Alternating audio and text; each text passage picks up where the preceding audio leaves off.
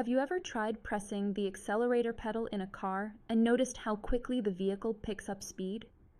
That rate of speed change is what we call acceleration, and today we'll explore how it looks on a graph. Hi everyone! In this session, we're diving into the acceleration time graph, a graphical way to see how an object's acceleration changes over time. Here's the basic layout. Time is always plotted along the horizontal axis, the x-axis, and acceleration goes on the vertical y-axis. This graph tells us whether an object's speed is increasing, decreasing, or staying the same, and how fast those changes are happening.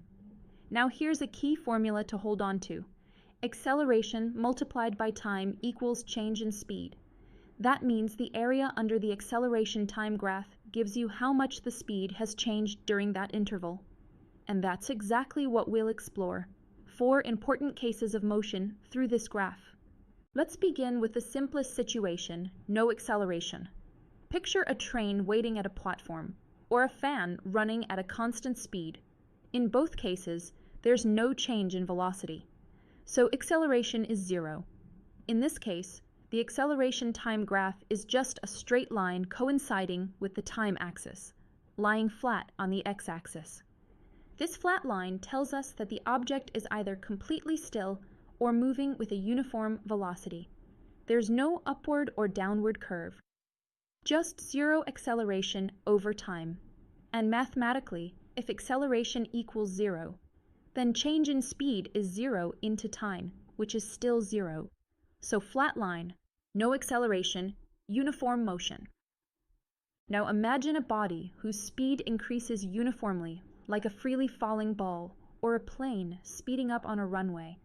This is where we have uniform acceleration, meaning the acceleration value remains the same throughout. On the graph, this shows up as a horizontal straight line above the x-axis that means constant positive acceleration. Let's say the line is at 5 meters per second squared. That value stays unchanged as time moves on. So how do we find the change in speed? Formula-wise, it's acceleration into time.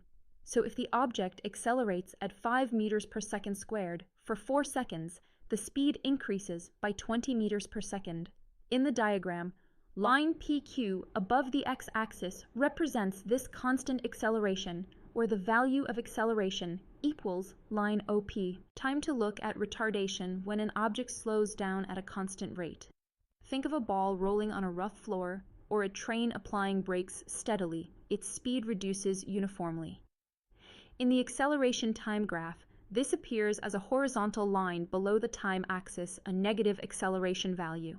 Just like before, it's constant, but now the value is negative. So, again, change in speed equals acceleration into time, but here acceleration is negative, so the speed decreases. Line PQ below the x-axis in the diagram shows constant retardation, and OP represents the magnitude of negative acceleration. Now let's bring in real life, because rarely does motion remain perfectly uniform. Imagine driving through city traffic. You speed up, slow down, stop, start again, acceleration keeps changing. This is what we call variable acceleration, and on a graph, it shows up as a curved line of any shape. It might curve upwards, dip down, or wobble, depending on how acceleration varies with time. There's no fixed slope, no uniform rate. And we can't just use simple triangle or rectangle area here. We'd need calculus or estimations. This kind of acceleration appears in real-world machines, vehicle rides, sports actions, and even rocket launches where power constantly shifts. All right, let's wrap up what we've learned. When a body has 0 acceleration, the graph is a straight line on the x-axis, indicating rest or uniform motion. A straight horizontal line above the time axis shows constant acceleration, like speeding up smoothly. A straight line below the axis means constant retardation, like braking at a steady rate. A curved line on the graph tells us the object has variable acceleration, changing unpredictably over time.